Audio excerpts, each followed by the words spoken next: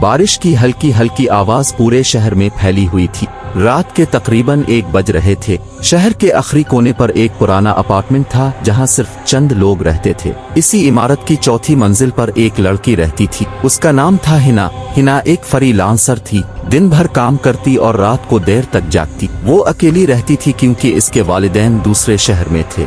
इस रात भी वो अपने लैपटॉप पर काम कर रही थी। कमरे की लाइट बंद थी, सिर्फ लैपटॉप की नीली रोशनी इसके चेहरे पर पड़ रही थी। अचानक दरवाजे पर दस्तक हुई।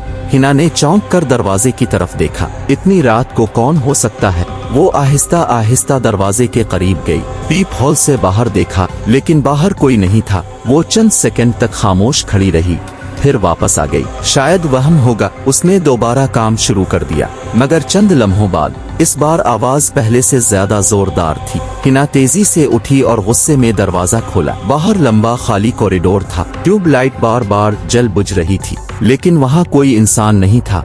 सिर्फ फर्श पर एक गीला निशान बना हुआ था, जैसे कोई बारिश में भीगकर वहाँ खड़ा रहा हो।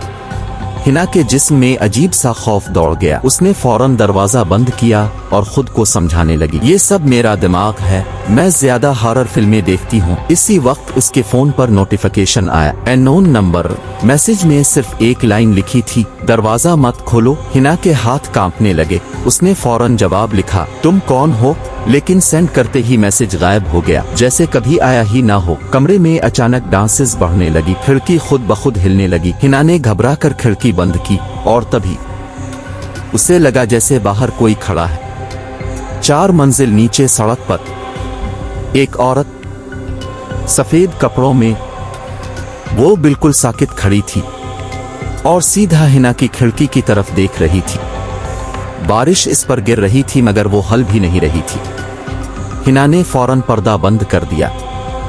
इसका दिल बहुत तेजी से धड़क रहा था। ये सब नॉर्मल नहीं है। उसने अपनी दोस्त आयशा को फोन किया, यार मुझे बहुत अजीब लग रहा है, कोई मेरे दरवाजे पर दस्तक दे रहा है।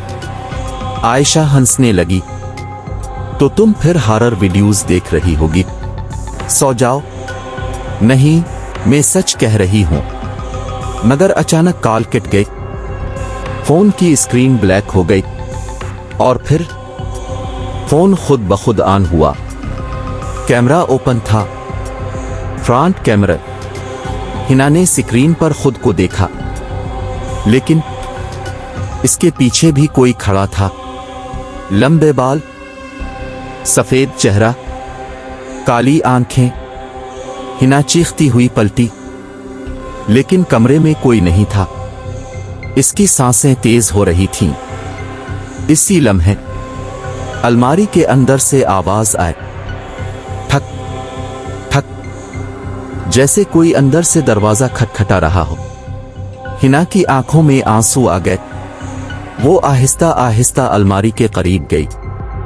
उसका हाथ कांप रहा था।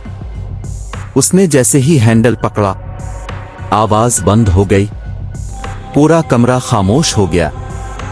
सिर्फ बारिश की आवाज आ रही थी। हिना ने हिम्मत करके अलमारी खोली और अंदर सिर्फ कपड़े थे। वो गहरी सांस लेने ही वाली थी कि अचानक अलमारी के ऊपर से एक मोबाइल गिर गया। पुराना टूटा हुआ मोबाइल। स्क्रीन खुद ब खुद ऑन हुई। वीडियो चलने लगी। वीडियो में यही अपार्टमेंट दिखाई दे रहा था, यही कमरा, यही अलमारी, और वीडियो में एक लड़की डरी हुई खड़ी थी। वो बार बार कह रही थी, वो मुझे लेने आ गई है। हिना गौर से देखने लगी। अचानक उसका रंग उड़ गया। वीडियो में मौजूद लड़की बिल्कुल हिना जैसी थी।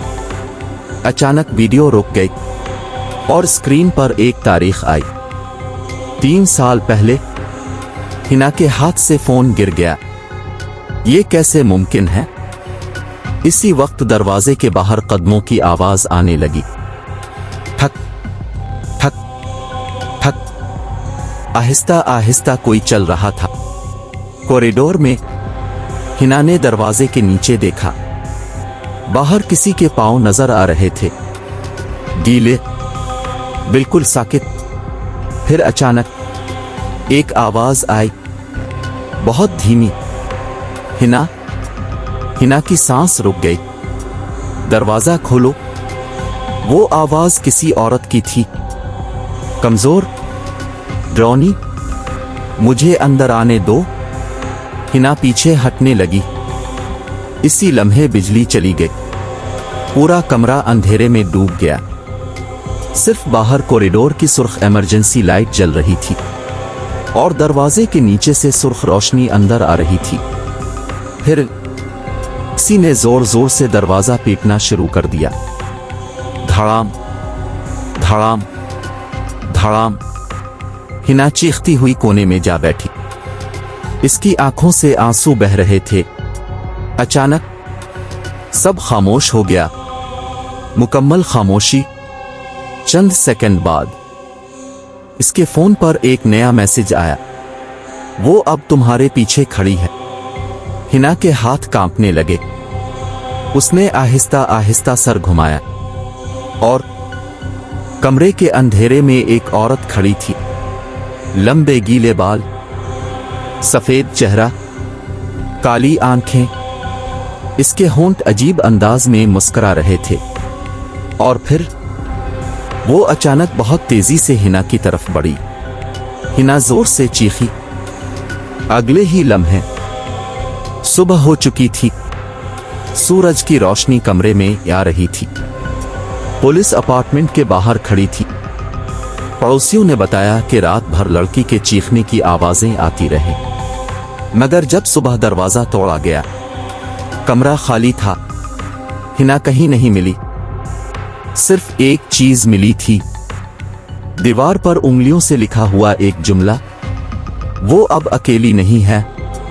और नीचे गीले कदमों के निशान जो आहिस्ता आहिस्ता अलमारी के अंदर जा रहे थे। लेकिन सबसे खौफनाक बात अभी बाकी थी। पुलिस ने अपार्टमेंट की पुरानी फाइलें निकाले। पता चला 3 साल पहले इसी कमरे में एक लड़की ने खुदकुशी की थी। उसका नाम भी हिना था। और तब से जो भी इस कमरे में अकेला रहता, वो गायब हो जाता।